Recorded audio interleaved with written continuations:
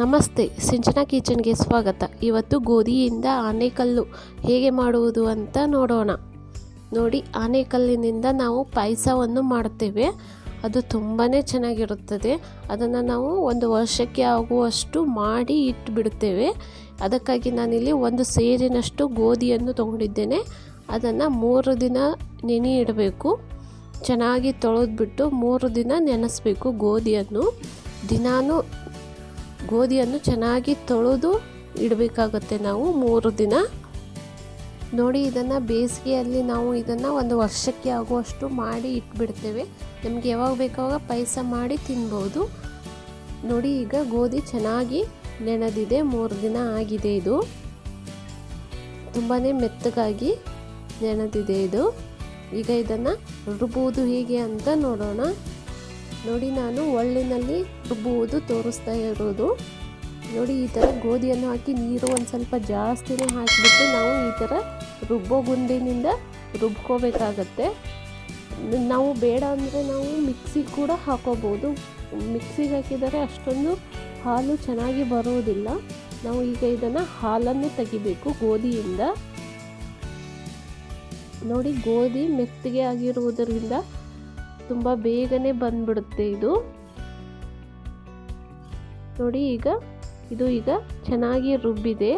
ಈಗ ಇದನ್ನು ಒಂದು ಕಾಟನ್ ಬಟ್ಟೆಯಲ್ಲಿ ಹಾಕಿಬಿಟ್ಟು ನಾವು ಹಾಲು ತೆಗಿಬೇಕು. ಗೋಧಿ ಹಾಲು ಇದು.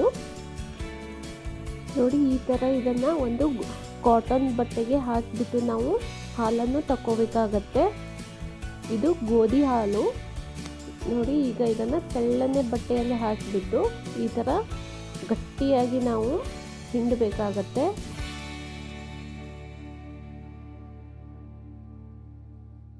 ನೋಡಿ, ಸ್ವಲ್ಪ ಗಟ್ಟಿಯಾಗಿ ಹಿಂಡ್ಕೋಬೇಕು. ಇಷ್ಟು ಹಾಲು ಚೆನ್ನಾಗಿ ಅದು ಗೋಧಿಯಿಂದ ಬಿಡಬೇಕು. ಆ ಥರ ನಾವು ಗಟ್ಟಿಯಾಗಿ ಹಿಂಡ್ಕೋಬೇಕು. ಇದನ್ನು ಇದೇ ಥರ ನಾವು 3 ಸತನಾದರೂ ಮಾಡಬೇಕು. ನೋಡಿ, ಈಗ ಹಾಲು ಬಂದಿದೆ.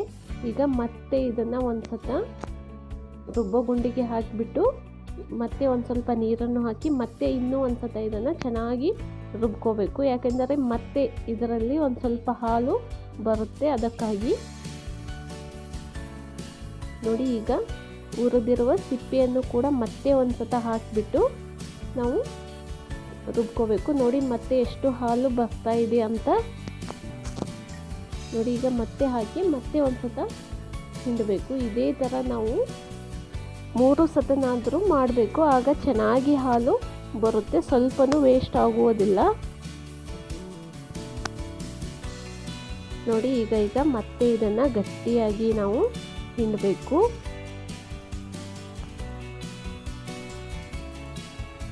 ನೋಡಿ, ಹಾಲು ಸ್ವಲ್ಪನೂ ವೇಸ್ಟ್ ಮಾಡದ ಹಾಗೆ ನಾವು ಇದನ್ನು ಮಾಡ್ಕೋಬೇಕಾಗತ್ತೆ. ಈಗ ಇದು ಆಗಿದೆ. ನಾನು ನಿಮಗೆ ಇಷ್ಟನ್ನು ಮಾಡಿ ತೋರಿಸ್ತಾ ಇರೋದು. ಒಂದು ಸತ ಅಷ್ಟೇ ನಾನು ನಿಮಗೆ ತೋರಿಸಿದ್ದು. ಈಗ ಇದು ಗೋಧಿ ತೌಡು ಇಷ್ಟು ಎಲ್ಲವೂ ತೌಡಾಗಿ ವೇಸ್ಟ್ ಆಗಿದೆ. ಈಗ ಇದು ಹಾಲು, ಗೋಧಿ ಹಾಲು ಇದು. ಈಗ ಇದು ನೀರು ತುಂಬ ಜಾಸ್ತಿ ಇದೆ ಇದಕ್ಕೆ. ಈಗ ಇದಕ್ಕೆ ಒಂದು ಬಟ್ಟೆಯನ್ನು ಕಟ್ಟಿ ನಾವು ಇಡೀ ರಾತ್ರಿ ಹೀಗೆ ಬಿಟ್ಟು ಬಿಡಬೇಕು. ಆಗ ನೀರು ಎಲ್ಲ ಮೇಲ್ಗಡೆ ಬಂದ್ಬಿಡುತ್ತೆ. ನೋಡಿ, ಇವಾಗ ಬೆಳಗ್ಗೆ ಇದು. ಈಗ ನೀರು ಎಲ್ಲ ಚೆನ್ನಾಗಿ ಮೇಲ್ಗಡೆ ಬಂದಿದೆ. ಈಗ ಇದನ್ನು ನಾವು ನೀರು ಚೆನ್ನಾಗಿ ಬಸಿಬೇಕು. ಇಷ್ಟು ನೀರನ್ನು ನಿಧಾನಕ್ಕೆ ನಾವು ಬಸ್ಕೋಬೇಕಾಗತ್ತೆ. ನೀರು ಸ್ವಲ್ಪ ಜಾಸ್ತಿನೇ ಇರುತ್ತದೆ ಇದಕ್ಕೆ. ನೋಡಿ, ನಿಧಾನಕ್ಕೆ ನಾವು ಎಲ್ಲ ನೀರು ತಕ್ಕೋಬೇಕು. ನೋಡಿ, ಹಾಲು ಕೆಳಗಡೆ ಗಟ್ಟಿಯಾಗಿ ಕುಂತಿದೆ. ನೋಡಿ, ಸ್ವಲ್ಪ ನಿಧಾನಕ್ಕೆ ಮಾಡಬೇಕು, ಇಲ್ಲಾಂದರೆ ಹಾಲು ಎಲ್ಲ ಮೇಲ್ಗಡೆ ಬಂದ್ಬಿಡುತ್ತೆ. ನೋಡಿ, ಮತ್ತೆ ಆದರೂ ಕೂಡ ಇಷ್ಟು ನೀರು ಮಿಕ್ಕಿದೆ. ಈಗ ಮತ್ತೆ ಇದಕ್ಕೆ ನಾವು ಬಾಯಿಯನ್ನು ಕಟ್ಟಿ ಮತ್ತೆ ಒಂದು 2 ತಾಸು ಹಾಗೆ ಬಿಡಬೇಕು. ನಾವು ನೀರು ಎಷ್ಟು ಬಸಿತೀವೋ ಅಷ್ಟು ಚೆನ್ನಾಗಿ ಗಟ್ಟಿಯಾಗಿ ಹಾಲು ಬರುತ್ತದೆ. ನೋಡಿ, ಈಗ ಮತ್ತೆ ನೀರು ಮೇಲ್ಗಡೆ ಬಂದಿದೆ. ಈಗ ಮತ್ತೆ ಇದನ್ನು ನಾವು ಮಿಕ್ಕಿರುವ ನೀರು ಕೂಡ ಈ ಥರ ತಕ್ಕೋಬೇಕಾಗತ್ತೆ. ಎಷ್ಟು ಸಾಧ್ಯನೋ ಅಷ್ಟು ನಿಧಾನಕ್ಕೆ ನಾವು ನೀರನ್ನು ತಗೋಬೇಕಾಗತ್ತೆ ಇಲ್ಲಿ. ನೋಡಿ, ನಾನು ಮತ್ತೆ ಒಂದು 2, 3ರಿಂದ 4 ಸತನಾದರೂ ನೀರು ಬಸದಿದೆ. ನಾನು ನಿಮಗೆ ಅಷ್ಟೆಲ್ಲ ವಿಡಿಯೋ ನಾನು ಮಾಡಿಲ್ಲ. ನೋಡಿ ಇಷ್ಟು ಗಟ್ಟಿಯಾಗಿ ಬರಬೇಕು ಹಾಲು. ಇದು ಗೋಧಿ ಹಾಲು. ನೋಡಿ ಎಷ್ಟು ಗಟ್ಟಿಯಾಗಿ ಬಂದಿದೆ ಅಂತ. ಈಗ ಇದನ್ನು ಚೆನ್ನಾಗಿ ಮಿಕ್ಸ್ ಮಾಡಿಬಿಟ್ಟು ಈಗ ಇದಕ್ಕೆ ನಾವು ಇದನ್ನು ಮಾಡುವುದಕ್ಕೆ ಮುಳ್ಳುವನ್ನು ರೆಡಿ ಮಾಡ್ಕೋಬೇಕು. ನೋಡಿ ಇದು ಜಾಲಿ ಗಿಡದ ಮುಳ್ಳು. ಇದನ್ನು ನಾವು ಈ ಥರ ಒಂದು ಚಾಣಿಗೆ ಇರುತ್ತದಲ್ಲ ಅದಕ್ಕೆ ಹಾಕೋಬೇಕಾಗತ್ತೆ. ಈ ಥರ ಉದ್ದನೇ ಇರೋ ಮುಳ್ಳನ್ನು ನಾವು ನೋಡಿ ತಗೋಬೇಕಾಗತ್ತೆ. ನೋಡಿ ಈ ಥರ ನಾವು ಒಂದು ಜರಡಿಗೆ ಮುಳ್ಳನ್ನು ಹಾಕಬೇಕಾಗತ್ತೆ.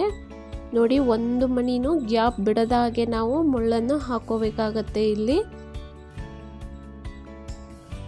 ನೋಡಿ ಸ್ವೀಟು ತುಂಬಾ ಚೆನ್ನಾಗಿರುತ್ತದೆ. ಇದನ್ನು ನಾವು 1 ವರ್ಷಕ್ಕೆ ಆಗುವಷ್ಟು ಮಾಡಿ ಇಡಬಹುದು. ತುಂಬಾ ಚೆನ್ನಾಗಿರುತ್ತದೆ.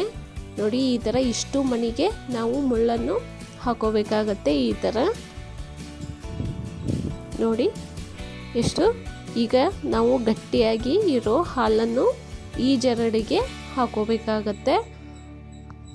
ನೋಡಿ 1 ನಿಮಿಷ ಬಿಟ್ಟ ನಂತರ ನಾವು ಒಂದು ಕೆಳಗಡೆ ಒಂದು ಕಾಟನ್ ಬಟ್ಟೆಯನ್ನು ಹಾಕಿಬಿಟ್ಟು ನೋಡಿ ಈ ಥರ ಅದನ್ನು ಸ್ವಲ್ಪನೇ ನಾವು ಅಲಗಾಡಿಸ್ಬೇಕಾಗತ್ತೆ. ಆಗ ಹನಿ ಹನಿಯಾಗಿ ಚೆನ್ನಾಗಿ ಬೀಳುತ್ತೆ. ಅದು ರೌಂಡಾಗಿ ಸ್ವಲ್ಪ ಮೇಲ್ಗಡೆಯಿಂದ ನಾವು ಬಿಡಬೇಕು. ಆಗಲೇ ಅದು ರೌಂಡಾಗಿ ಚೆನ್ನಾಗಿ ಬರುತ್ತೆ. ನೋಡಿ ಇಷ್ಟು ಹಿಡಿದ್ಬಿಟ್ರು ಸಾಕು. ಹನಿ ಹನಿ ಹನಿಯಾಗಿ ಚೆನ್ನಾಗಿ ಬೀಳುತ್ತೆ ಅದು. ನೋಡಿ ಎಲ್ಲ ಕಡೆ ಆ ಕಡೆ ಒಂದು ಬಟ್ಟೆ ಹಾಕಿ ಈ ಕಡೆ ಒಂದು ಬಟ್ಟೆ ಹಾಕಿಬಿಟ್ಟು ನಾವು ಈ ಥರ ಬಿಡಬೇಕು. ನಾವು ಹನಿ ಹನಿ ಹನಿಯಾಗಿ ರೌಂಡಾಗಿ ಬೀಳುತ್ತೆ ಅದು. ಸ್ವಲ್ಪ ಮೇಲ್ಗಡೆಯಿಂದನೇ ಬಿಡಬೇಕು. ನೋಡಿ ಈಗ ಇದು ಎಷ್ಟು ಚೆನ್ನಾಗಿ ರೌಂಡಾಗಿ ಬಿದ್ದಿದೆ ಅಂತ. ಅಷ್ಟು ಚೆನ್ನಾಗಿ ಅದು ಹೈಟ್ ಇರುವುದರಿಂದ ಸ್ವಲ್ಪ ಕಾಣ್ತಾ ಇಲ್ಲ. ಅದು ಖರೆ ರೌಂಡಾಗಿ ತುಂಬ ಚೆನ್ನಾಗಿ ಬರುತ್ತದೆ ಅದು. ನೋಡಿ ನಾವು ಆ ಕಡೆ ಮನೆಯೂ ಹಾಕಿದ್ವಿ. ಅದು ಈಗ ಒಣಗಲು ಬಿಟ್ಟಿದ್ವಿ. ಒಂದು 10 ನಿಮಿಷದಲ್ಲಿ ಚೆನ್ನಾಗಿ ಒಣಗಿಬಿಡುತ್ತೆ ಅದು. ಈಗ ನಾವು ಬಟ್ಟೆಯನ್ನು ಆ ಕಡೆ ಒಬ್ಬರು ಈ ಕಡೆ ಒಬ್ಬರು ಹಿಡಿದ್ಬಿಟ್ಟು ಒಂದು ಸ್ಪೂನಿನ ಸಹಾಯದಿಂದ ಇದನ್ನು ಈ ಥರ ತಕ್ಕೋಬೇಕಾಗತ್ತೆ. ಒಂದು 10 ನಿಮಿಷದಲ್ಲೆಲ್ಲ ಆಗಿಬಿಡುತ್ತೆ. ಅದು ಒಣಗಿಬಿಡುತ್ತೆ. ಮೇಲ್ಗಡೆ ಫ್ಯಾನನ್ನು ಹಚ್ಚಿಬಿಟ್ಟು ನಾವು ಅದನ್ನು ಹಾಕೋಬೇಕಾಗತ್ತೆ. ಬೇಗನೆ ಆಗಿಬಿಡುತ್ತೆ ಅದು. ನೋಡಿ ಇಷ್ಟು ನಿಧಾನಕ್ಕೆ ನಾವು ಇದನ್ನು ಬಿಡಿಸ್ಕೋಬೇಕಾಗತ್ತೆ. ನೋಡಿ ಈಗ ರೌಂಡಾಗಿ ಎಷ್ಟು ಚೆನ್ನಾಗಿ ಬಂದಿದೆ ಅಂತ. ಈಗ ಇದನ್ನು ಬಟ್ಟೆಯಿಂದ ತೆಗೆದ್ಬಿಟ್ಟು ನಾವು ಒಣಗಲು ಹಾಕಬೇಕು. ಆ ಕಡೆಗೆ ಬಿಸಿಲಿಗೆ ನೋಡಿ ಎಷ್ಟೊಂದು ನಾವು ಮಾಡಿ ಹಾಕಿದ್ವಿ ಅಂತ. ನೋಡಿ ಇದನ್ನು 1 ವರ್ಷಕ್ಕೆ ಆಗುವಷ್ಟು ನಾವು ಈ ಥರ ಮಾಡಿ ಇಟ್ಕೋಬಹುದು. ಪಾಯಸ ಅಂತೂ ತುಂಬಾ ಚೆನ್ನಾಗಿರುತ್ತದೆ. ಈ ಥರ ಮಾಡಿ ನಾವು 2 ದಿನ ಚೆನ್ನಾಗಿ ಬಿಸಿಲಿನಲ್ಲಿ ಒಣಗಿಸ್ಕೋಬೇಕು. ಆಮೇಲೆ ನಾವು ಯಾವಾಗ ಬೇಕಾವಾಗ ಇದನ್ನು ಪಾಯಸವನ್ನು ಮಾಡಿ ತಿನ್ಬೋದು. ನಾನು ಮುಂದಿನ ವಿಡಿಯೋದಲ್ಲಿ ನಿಮಗೆ ಪಾಯಸ ಕೂಡ ಹೇಗೆ ಮಾಡುವುದು ಅಂತ ತೋರಿಸ್ತೀನಿ. ನೋಡಿ ಎಷ್ಟು ಚೆನ್ನಾಗಿ ಬಂದಿದೆ ಅಂತ. ಈ ವಿಡಿಯೋ ನಿಮಗೆ ಇಷ್ಟವಾದರೆ ನಮ್ಮ ಚಾನಲನ್ನು ತಪ್ಪದೆ ಸಬ್ಸ್ಕ್ರೈಬ್ ಮಾಡಿ, ಲೈಕ್ ಮಾಡಿ, ಕಮೆಂಟ್ಸ್ ಕೊಡಿ ಮತ್ತು ಶೇರ್ ಮಾಡಿ.